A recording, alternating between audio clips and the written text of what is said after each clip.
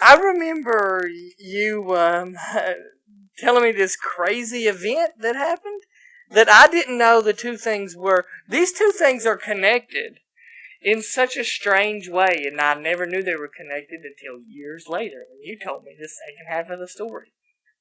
But I remember me and Matt Mills and Jordan one night were night fishing at Deep Hole, and it was during the summer. And there was a Jeep sitting up from us a little ways. And it was there forever. Nobody had been moving in it. I assumed it was an abandoned Jeep. Because I was pretty used to that in Glen Fork. People just like cars breaking down, leaving one side of the road, get a ride. You know, I saw that happen in front of my house all the time.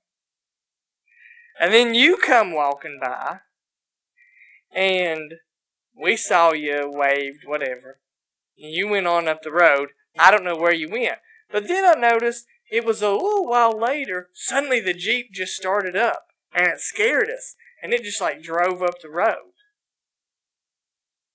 And I was like, man, you know, I didn't think anybody was in that thing. Never thought anything of it. No big deal. We ended up leaving like a little bit after that, caught some fish.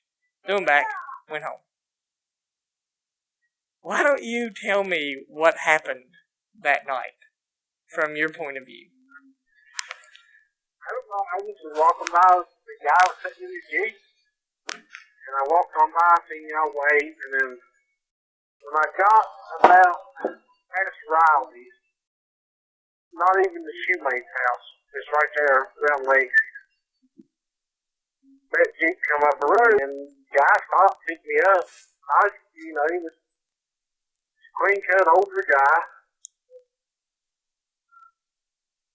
I don't know, he just started fucking talking stupid shit about fucking some guy, his friend, get fucking fucked off, the other guy, he was trying to fucking solicit or whatever, fucking trying to ask me if I was fucking paid fucking the fucking dick or him suck mine. I was like laughing and shit.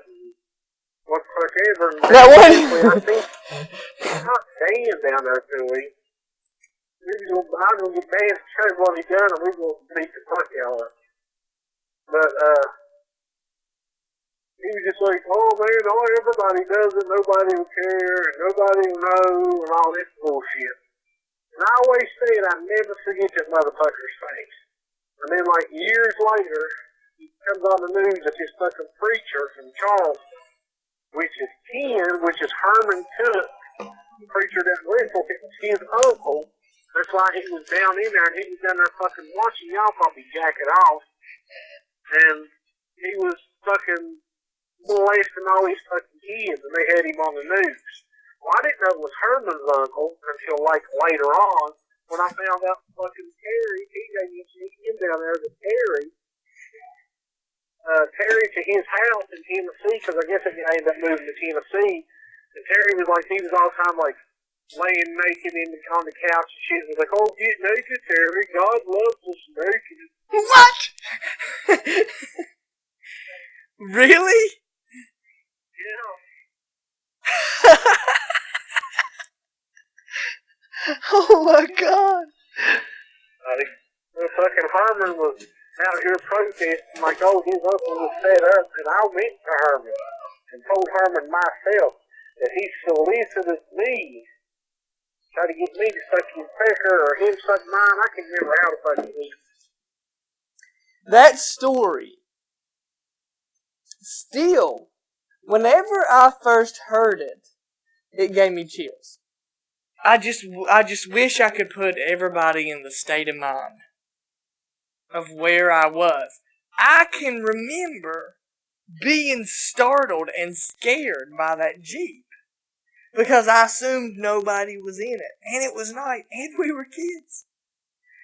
And I just remember that starting up and driving up the road and just and it kind of shook us up or whatever. But we just laughed it off and laughed at each other for being scared. And I remember that so viscerally. And for it to have actually been something to be afraid of.